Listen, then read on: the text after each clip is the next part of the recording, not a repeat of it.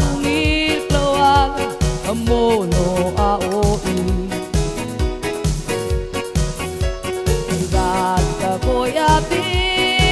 ngarange au labangan Malakad ko ng ngota arngom Tengagat mahal ko naman Mahal din alawin Ang ilong merli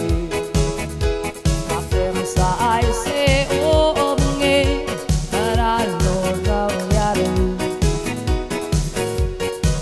Engara alate letang Ekida meseno Elbelo na karyorne Elgo rase salyon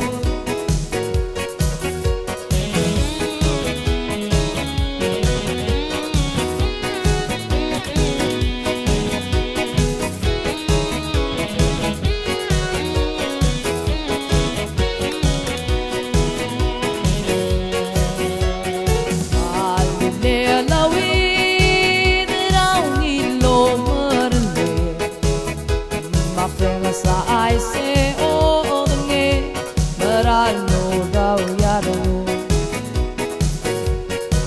Engara ala belet